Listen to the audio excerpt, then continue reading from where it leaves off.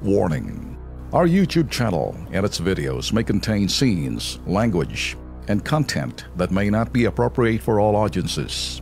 These videos include surveillance footage, undercover pursuit of suspects, actual police and rescue operations, and fearless confrontations. If you do not approve of the content, please do not watch our videos. If you wish to continue, we strongly advise that you proceed with caution. Viewers' discretion is advised.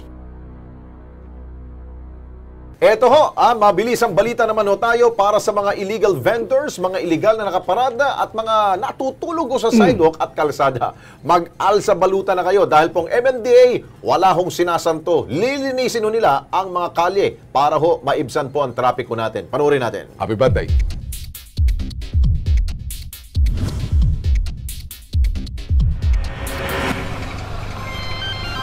Sa pinagsamang puwersa ng Metro Manila Development Authority o MMDA, Department of Public Order and Safety o DPOS ng Quezon City at Highway Patrol Group ng PNP, naaktuhan namin kaninang umaga ang pagsuyod ng mga ahensya sa Summer Avenue at mga katabing kalye sa Timog Avenue, Diliman, Quezon City.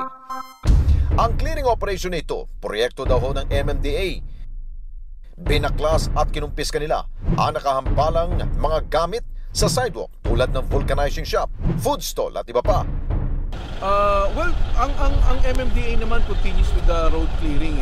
That includes yung sidewalk clearing at saka yung anti-illegal parking operations. Continuous lang naman. Layunin ng MMDA na linisin ang mga kalsadang magiging alternatibong ruta ng mga pampubliko at pribadong sasakyan papuntang EDSA. Ayun kailangan ho natin makisuporta ho tayo sa MMDA dahil nililinis na ho talaga ho nila yung pong mga mabuhay lanes. Ito po yung mga inner lanes, labas ho yan sa EDSA para ho mabigyan ho ng magaang pagdaloy ng trapiko yung ilan po natin mga kababayan. Para hindi ho sila magkumpulan ho sa EDSA, ito po yung mga mabuhay lanes para ho yan kailangan ho malinis out of mga obstruction. Ho. Kaya kung kayo po ay nag-o-obstruct po sa mga kalye na yan, suportahan ho natin MMDA, alisin nyo na po. Huwag nyo na pong antayin pang mato pa ho yung inyong mga sasakyan. Okay?